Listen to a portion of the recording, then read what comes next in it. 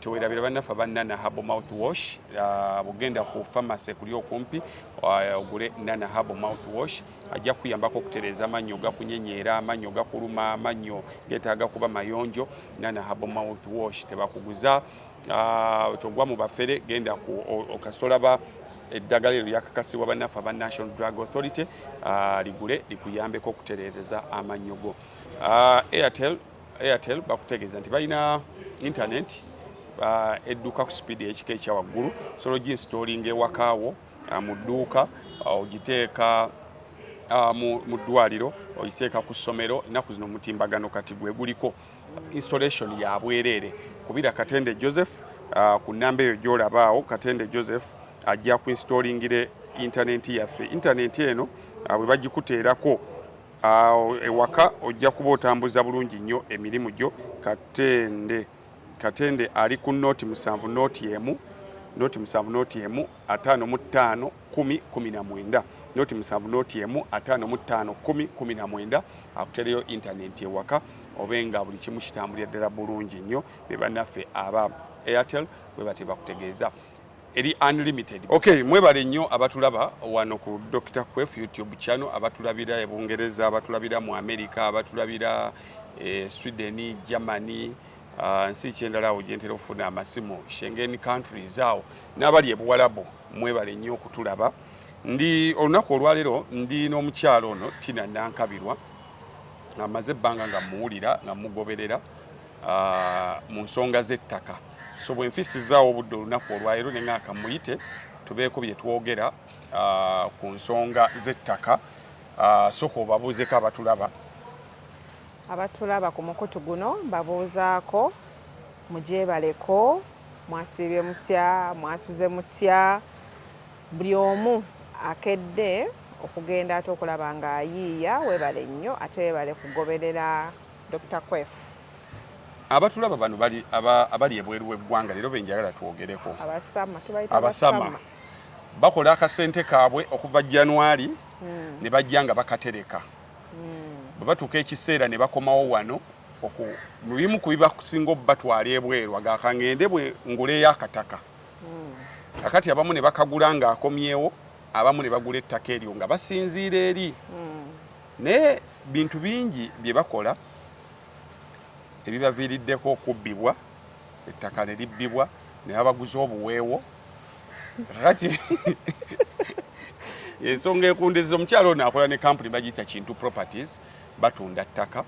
Ajja tubuulira maaso eyo nga tumaliriza, kasooka atusomese then atunnyonnyole nga tutegedde nti ali worth knowing wa waakolera na biki bye bakola.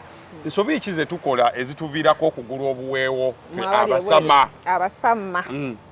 Ate olaba ebintu binene eby'ettaka Dr. Quef, abasama bo bibayisiza ddala si bulungi. Naye ng'ogenda okwesanga nga oluusi nabo balina bye bataakola bulungi bo nga bo. Kati ensobi esingira ddala okukolebwa abasama online ono yatuleetera obuzibu. Digito ngambe kankiyite digito kyatuleetera obuzibu, kibasudde mu buzibu bungi abasama. Musama omuntu abeera eyo nga tali ku ground. Wenjogera ku ground mba ntegeeza mu Uganda. Nga toli ku kyaddondo. Gwe n'oyagala buli kimu ekikyo okikolere ku gino emikutu emigatta abantu. Ekyo naffe mu ofisi zaffe tukirabyeko, kuba ffe tetukuguza ttaka nga tosindise muntu okujja bikola ki. Naye abantu ayagala nnyo olwokubanga alabye Tina ku mikutu egy'enjawulo, amulabye ku TV, amulabye ku radio, amulabye online emikutu egy'enjawulo, n'ayagala buli kimu akikolera okwo. N'akusindika akuba essimu oba ne mukyatinga n'akusaba ebifaananyi. Ebyaki? Eby'ettaka. Nti kakati kaŋŋambe nti yawulidde Mulanga muyina estate ebusunju milioni 8 ngeza bugeza. Nakubira nakukontaktinga. Yes, gwa contactinze nga ye mutuufu nakuweereza mpeereza ku bifaananyi byawo. N'omuweereza ebifaananyi. N'omugamba ettaka lya kyapa. Nakugamba mpeerezaako nkole ki? Ndabeko. N'omuweereza. Kati buli kimu nayagala akitambulize okwo olumala akomekereza akugamba sente nziteeke ku ki? Mobile money yene kukolera oba nti oyina account kwemba nteeka. n'agula. Kakati ensobi eyo gye mukola nti bw'ogwa ku muntu oba bw'ogwa ku bantu atalumirirwa nnyo atakulumirirwa ggwe, kubanga wenkuweereza ebifaananyi bino eno ebifaananyi ngenda kukuba ekifaananyi ettaka togenda ddiraba mu kifaananyi nti liserengeta, togenda ddiraba mu kifaananyi nti lituddewo bwe riti, mu kifaananyi togenda ddiraba nti oba lyakula nti lwazi onjagala kugula ttaka lyakulimirako, oliraba mu kifaananyi, togenda kulaba ettaka lino gimu, is it black soil or red soil maramu, ebyo byonna ye digito. Ate ekifaananyi kiraga banneyiba, ekifaananyi anti ekifaananyi nkukubira wonna wembeera ndabye nange mba nkukubira kukuweereza bisikiriza, ovanga ku ffe nti ffe tukola vidiyo we tuba tusenda vidiyo tukola awo we tusenda wennyini ne tukulaga ekibangirizi ne tukulaga temunnabaamu neyiba n'omu akoze eki azimbye mugenda kugula enkulaakulana ekole ki etandike. Naye bw'onsaba ekifaananyi ngenda genda nkukubira ekifaananyi nkulaga amayumba nkulaga ebintu ebigenda okusikiriza olw'okuba oli wano omanyi ffe aba wano tusikirizibwa nnyo mangu okiraba kati ebintu okubimalira ku wano yensobi esooka gwali emitala w'amayanja gy'okola ki gy'okola. Sikugambye nti nno dde mabega ate okola ennyo ebintu bya analog wano walungi ne supplementingawo ne physical nti kale yes siriwo ndi Bulaaya, siriwo oli mu Bulaaya. Nze ntera nnyo bakasitoma bange abali emitala w'amayanja ngamba nsindikira omuntu wo ajje ku ground agende alabe okomparinge byenkugambye n'omuntu wo byakola ki byagamba. Bwe nkugamba nti nno distance kilomita 2 okuva ku kkubo, ekifaananyi kyenkuweereza tekigenda kugamba nti ziri 8 kyova olaba oli aveebu. Omanyi naddala abaana abali mu buwalabwe batuma abantu ne babagulira eno ettaka oba ne bagula ettaka online bwakomerawo nga contract yeewedde simanyi oba okigoberera nnyo nti abaana abo webakomerawo we bati ploti zaabwe baddamu ne bazitunda nti bamugamba bujuuko webale nnyo yalaba ekifaananyi kumba ali oyingira eyo munda okitegeera naye abeereyo n'agamba nagula ebujuuko nagula ebuloba oguzeewa okitegeera. Kati ekifaananyi tekigenda kugamba distance, ekifaananyi tekigenda kulaga accessibility, ekifaananyi kirina bye kitagenda kujjirayo okitegeera. Ne bwe kiba kyapa jjukira ekyapa wembe ennaku zino ebya digito bwemba nakyo nga kya physical nga nkikutte bwe nti nkisikaninga bwe nti togenda sikaninga ku kifaananyi kyenkuweereza okiraba. So kakati gwali emitala w'amayanja ebintu bino naddala ebirala byonna you can buy online ekintu ekikwatagana n'ettaka bangi batuuse waneno ne bagetinga disappointed. Bamugamba erinaanye ekkubo ekkubo yalowooza kolansi kumbe ekkubo bategeeza lya ttaka liri bakugamba Lake View Lake View naye nga enkuba yali etonnye ng'amazzi gajjudde awo mu mayuuni agaliraanyeewo enkuba yali etonnye nga kwolwo ebakuba ekifaananyi omanyi ploti ezibeera mu ntobazi enkuba bw'etonnya ebeera Lake View ebeera Lake View nti webakubira ekifaananyi wemmya amayuuni amazzi gaba gagabisse Lake View wagula Lake View lyabeera eddaka nze yange ekoona ku mazzi ki mukwano ensobi ebyo Dr. Kwefu nze nduddemu eno business mwaka guno eno gwa 9 naye nkubuulira abantu bebagulira ettaka bagula ettaka online bagetinga disappointed 90% oli akomawo n'atuuka ku kifo kye bamugulira kyaddamu okukola kunoonya katale nga bamuguza ku Kaserengeto we wati ng'alina okuleeta tulakita yatumya yagamba ayagala kasozi njagala ewali raised njagala kavyo ako naye omanyi waliwo obusozi nga mu kuzimbako obeera toyina ssente togenda kusobola kuzimbako bakutuusa kasozi nga bw'oyambukayo okukkirirayo oyina vuga gogolo n'otuuka eno wansi so kakati bagetinga nze mbirabyeko oli n'atunda ploti ye gye yagula miliyoni 10 olw'okuba akomyewo abadde disappointed akomyewo kye yalaba kye abadde asuubira si kyalabye ploti eyo n'agitunda obukadde 4 kuba aba n'obusungu aba n'obusungu abeera nga tawabulwa nga ne bwamuwabula santi lindako alabira ddala kakati ebintu by'ettaka tubijje online eby'ettaka bya ku ground sindika omuntu ekyovola baffe waffe tetukuguza nga tokoze kye bayita inspection tuka ku ground abantu abali emitala amangi abagula tebakoze inspection tuka ku ground olabe ebyo byonna byenkugambye accessibility erieta neighborhood bwembeera njagala kasozi bwenkatunulira bwenti naasobola okuzimbayo enju yange mu bbeeyi yange oba byakuleeta kusooka kutema lusozi bakuguze wantu nogenda otuukayo nga sente ze wandizimbyemu olina sooka zitema notema ekintu ekyo kye bakuguza akasozi osobola okulevolingawo kyokka ate nga ne neighbor walizimba eri agenda kuba akulingiza nekikuleetera okubeera nti no cost zogenda okuteeka ku ttaka okutuusayo matiriyo nabo buzibu bulala so ebyo byonna inspection eno ekakasa kinene nnyo ensobi endala abali ebweru gye mukola kutuma abantu bamwe bemutuma ate tugambye tutuma abantu iye mutume naye nawe gwotuma londayo tosobola kubeera ng'oyagala kugula ttaka n'otuma omuntu atalinaako idea neemu awo babakozeseza ensobi nnene nnyo olaba abantu awo be batuma fe abaguza ettaka tuba tolinga nabo nnyo n'olaba oli bamutumye naye nga tayagaliza nga ddala bamutumye atusiza mukolo okujja kukola ki nti bamutumye bamugambye bw'otuukawo Dr. Kwefu oyo mumpe nkakase nti okoze eki kyotuuseewo naye ng'omulabira ddala ono omuntu okuva mu ntandikwa gye mutandikidde nga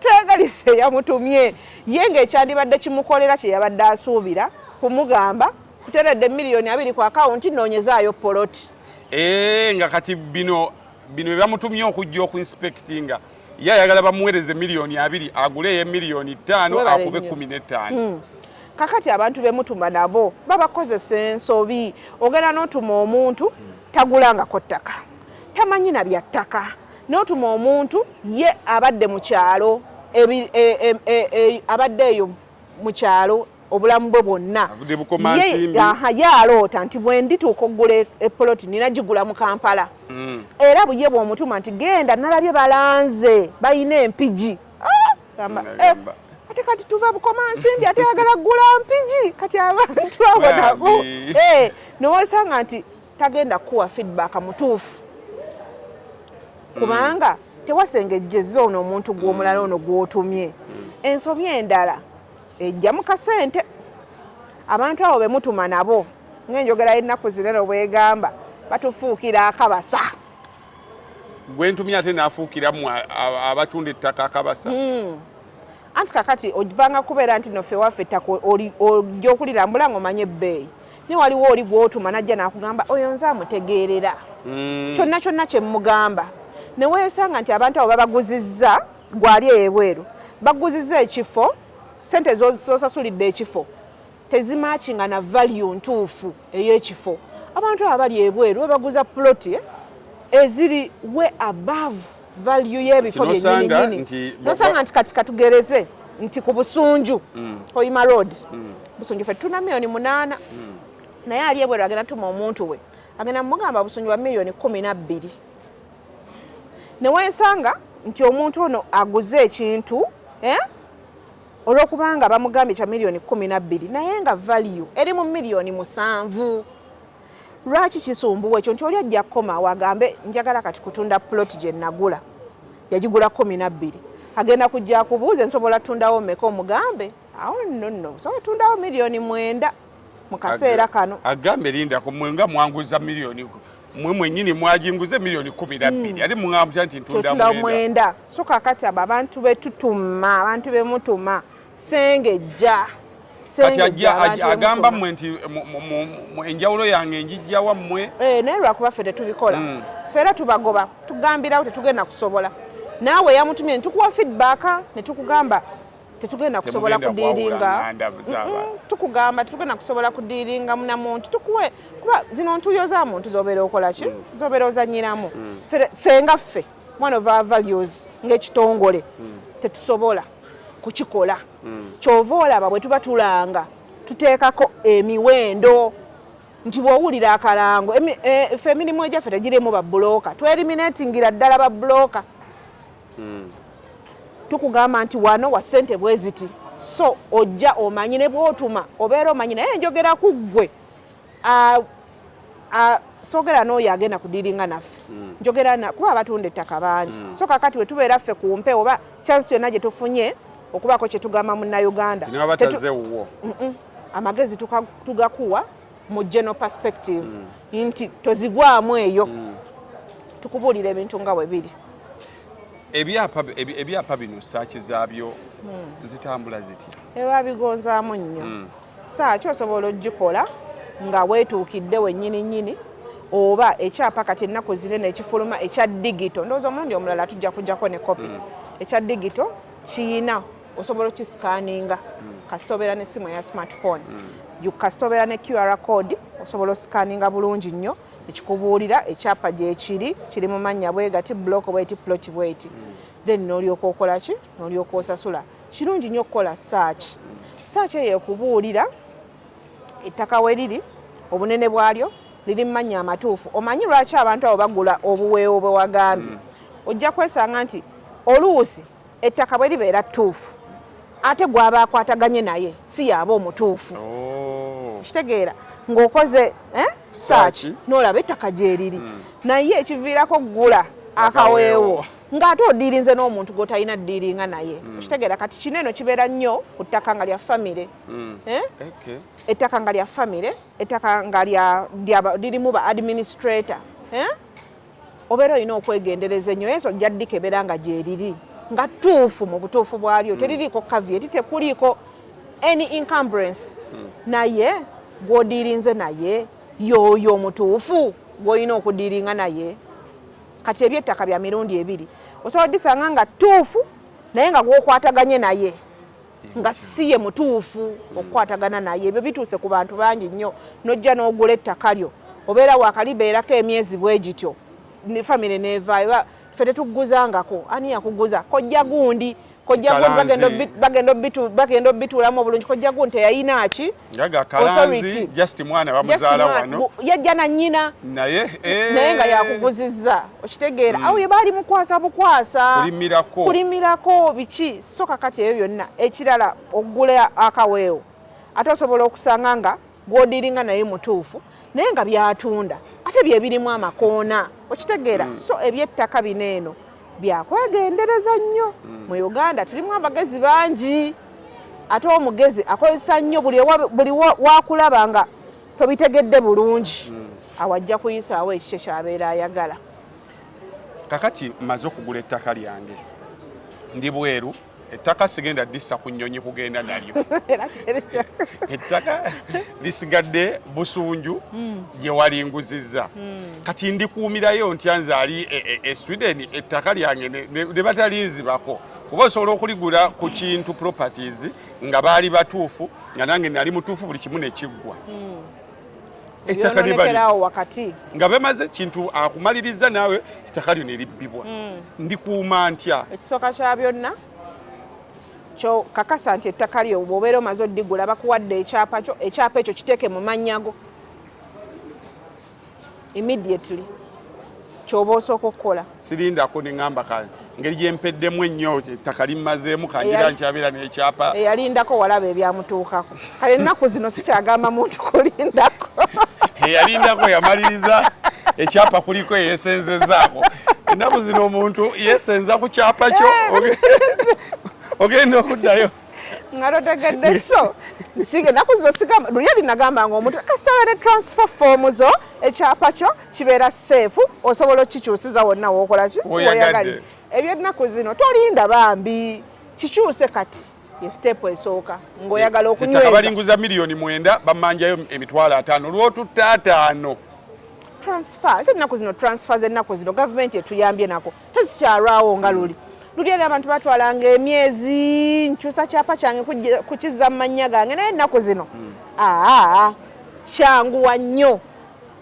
n'omwezi teguwera ng'ekyapa ekyo kimaze otutuula mu mannyago ekyapa ekyo bw'omala okukituuza mu mannyago ekyokubiri omanyi lwaki abo ababeera emitala amayanja bababbako nnyo ettaka oba nasanga nga ettaka lyo kuliko abeesenzezaako kuliko abenkrokinzeeko ettaka kulireka nga liri vacant nga liri aida ndi nga liri awo oli n'abeeraawo nga bw'alabawo omwaka guno bw'alabawo n'ogujja bannayuganda tuteekinga nnyo advantage naddala omuntu wabeera nga taliiwo ojja kwesanga nga ne neighbour ne bw'abeera nga amanyi nti twawulira wano olw'okuba nga toliiwo bw'azimba ttooyi ekitundu kya ttooyi akisembeza eno ewuwo ate ogenda kukomawo ogisange nga yaggwadda n'ogikozesa bagikozesa yes ogenda kukola ki so ettaka lyo tolireka kubeeraawo nga liri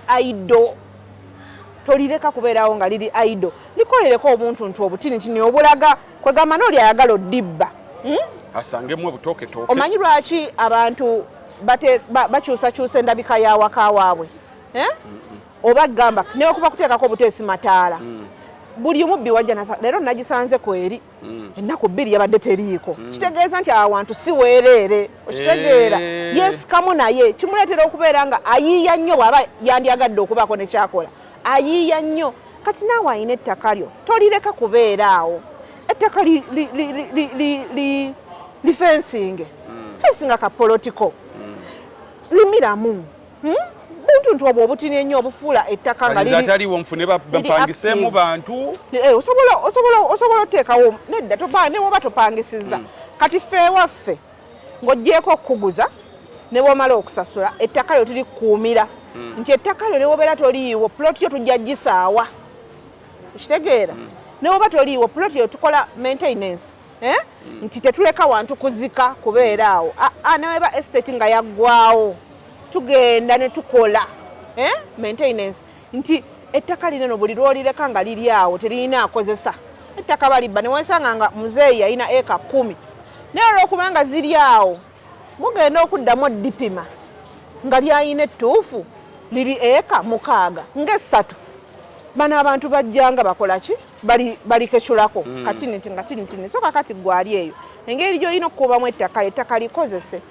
ekyokubiri ettaka lineeno okuli safeguardinga bw'obeera nga olina kyeweekengera kyonna ku ttaka lyo ze ŋŋamba nnyo abantu likavyetinge ng'olina kyeweekengera kyonna caveat tetumuteekako nti olw'okubanga muyina enkaayana caveat is one way of protecting my land nsobola ogiteekako wadde siina gwenkaayana naye nembeera nekyapa kyange nfunye contract yange ngenda Germany poloti yange ey'esseguku yakyapa nendeka nga nkitaddeko caveat okitegeera so caveat eyo n'abantu abamu bamanyi nti ettaka yo libeerako caveat liba lirina okubeera nga liri mu nkaayana protection nze njeteerako kuba nze agitaddeko era njagijjako njeteerako nemprotecting ettaka lyange nensirika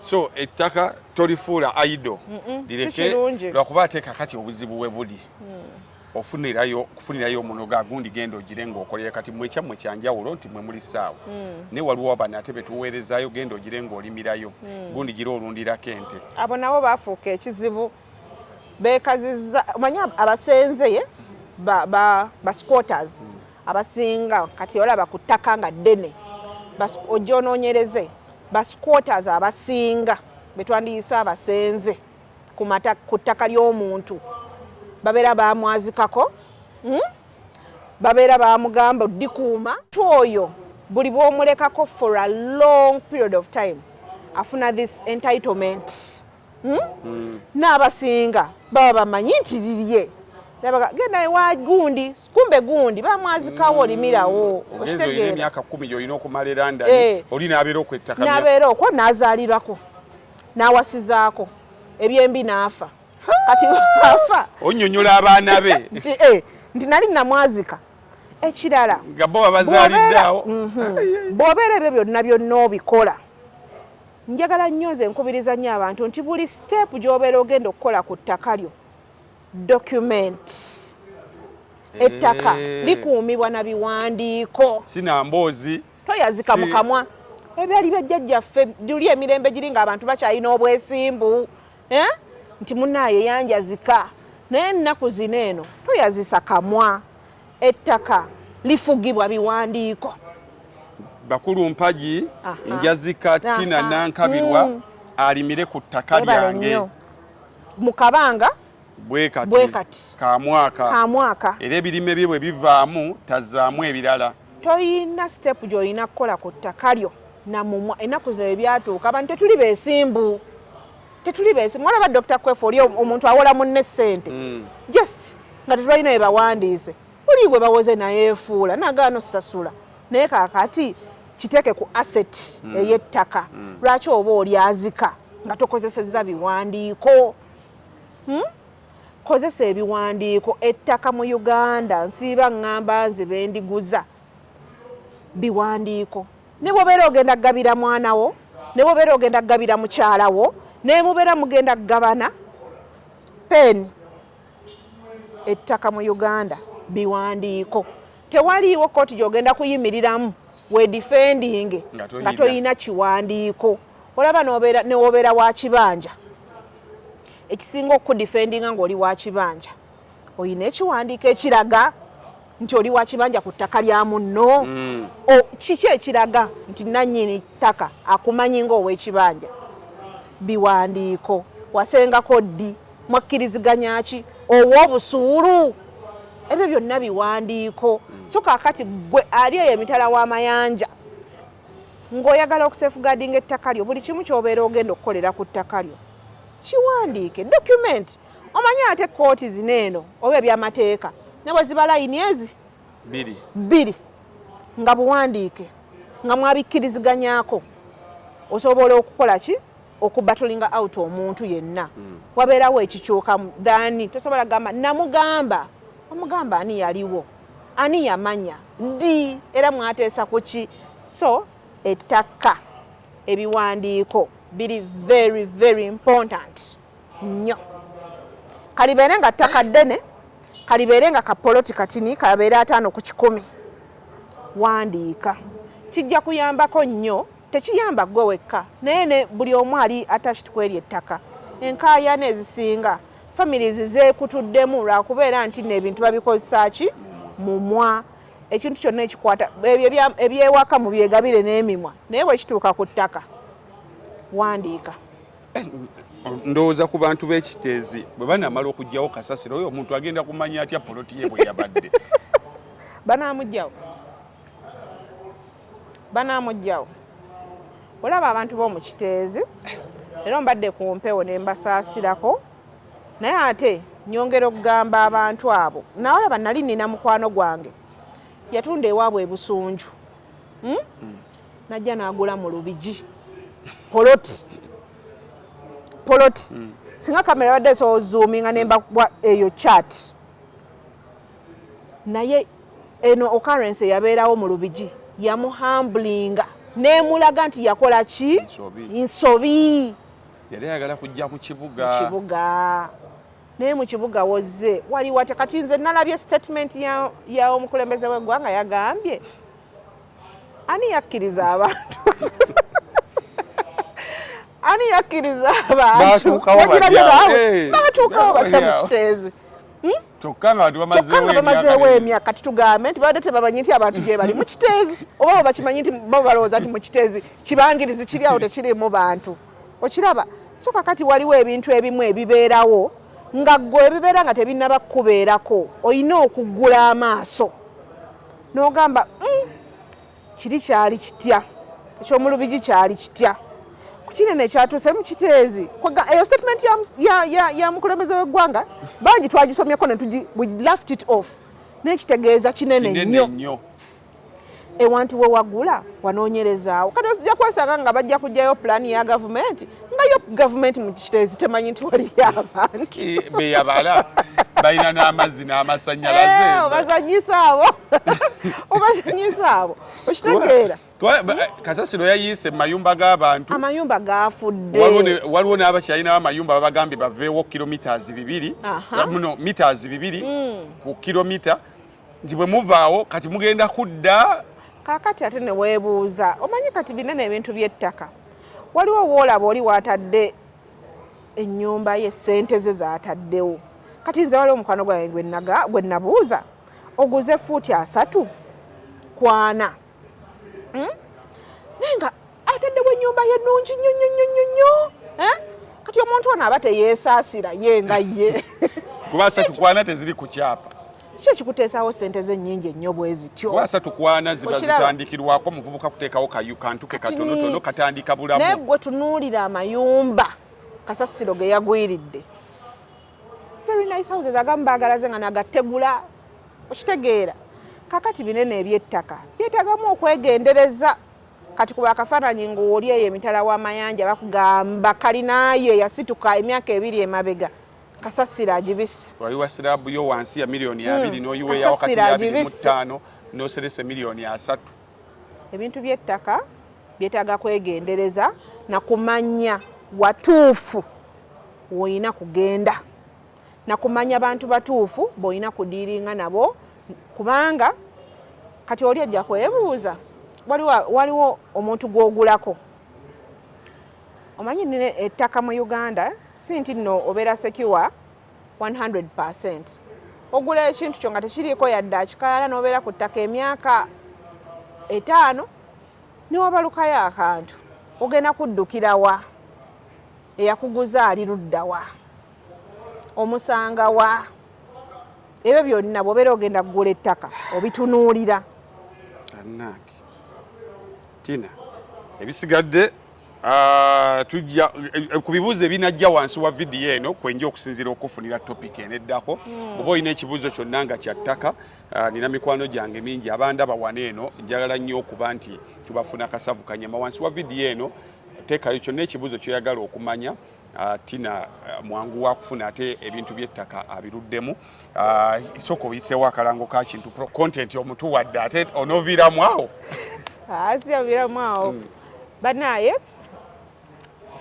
kampuni eyitibwa Kintu Properties esangibwa Kawempe Maganjo just opposite Maganjo Grain Millers fe twasalawo okukola bye tutegeera bye tutategeera twabivaako twabikolako ne tubivaako ne tusalawo okukola bye tutegeera bya ttaka byokka ettaka ate engeri mu Uganda gye tulina ebika by'ettaka ebingi era ne mu bika ebyo netulondayo ettaka ekikeeki kimu ekyobwannannyini obwenkomeredde omuzungu byapa temutunda kalagaano omuzungu kyayita private milo land nti ffe tutunda ttaka lya bwannannyini obwenkomeredde nti ettaka eryo bw'obeera oliguze nga Dr. Kwefu terina bukwakkulizo ku bwannannyini obwannannyini bwalyo tebukoma okuleka nga gwayagadde tupasi okubuzza ku muntu omulala ettaka ffe lye tutegeera lye tudiiringa nayo tulina ettaka mu bitundu bya Uganda ebyenjawulo ebipimo bye tutandikirako nga bwe mbagaye nti ffe tutunda ttaka lya kyapa era tutandikira ku bipimo ebiri standard fuuti 5 ku 100 50 by 100 so tewabanga yakuguza ettaka eriri wansi wa 5 ku 100 nakulimba nti olifuna ekyapa gavumenti yateekawo standard measurements kwetandikira fuuti 5 ku 100 oba decimals 11.5 lyettaka eryo lye tutunda mu bitundu ebyenjawulo okuviira tubeera n'ettaka ebbeeyi ez'enjawulo ebbeeyi eya wansi ebbeeyi eya wakati n'ebbeeyi yammwe abaakolamu mu bitundu nga Busunju Hoima Road Kachiri Lugazi Mpigi Gayaza Road Bulami ne Bombo Road bw'owulirira ng'oyagala olina tufuna ku mikutu gyaffe egya digito bw'obeera wandika Kintu Properties wandika KHINTU ogateko Properties Limited oba osobola n'otufuna ku namba zaffe ez'essimu 0753 33 92 ennamba eyo bw'ogikubako obeera okubya obutereevu mu kampuni ya Kintu Properties ate osobola n'ogisindikako obubaka ku WhatsApp 0753 92 obeera otufuna bulungi nnyo oba 0762 10 16 bw'ozikubako oba otufuna butereevu kale ebisigadde mu video mu wansi awo comment section mwenja okujja ebibuuzo bwe naaba wakuzza Tina ayongere okutulambululira tewerabira bannaffe aba Nana Herbal Mouthwash bugenda ku pharmacy kuli okumpi ogule Nana Herbal Mouthwash ajja kuyambako okutereeza amannyo gakunyenyeera amannyo gakuluma amannyo getaaga kuba mayonjo Nana Herbal Mouthwash tebakuguza togwa mu bafere genda okasolaba eddagala eryo lyakakasibwa bannaffe aba National Drug Authority ligule likuyambeko okutereereza amannyo go. Airtel bakutegeeza nti balina internet edduka ku speed ekika ekya waggulu, solo ginstalling ewakaawo mu dduuka, ogiteeka mu ddwaliro, ogiteeka ku ssomero. Ennaku zino mutimbagano kati gwe guliko installation ya bwereere. Kubira Katende Joseph ku nnamba eyo gy'olabaawo. Katende Joseph ajja kuinstallingire internet yaffe. Internet eno bwe bagikuteerako ewaka ojja kuba otambuza bulungi nnyo emirimu gyo. Katende ali ku nooti 7 nooti emu 55 10 19 nooti 7 nooti emu 55 10 19 akutereyo internet ewaka obenga buli kimu kitambulira ddala bulungi nnyo. Be bannaffe aba Airtel bwe bate bakutegeeza eri unlimited. Bisigadde tulabagane onaku olw'enkya nga tuli ne Happy Powers. Mweraba.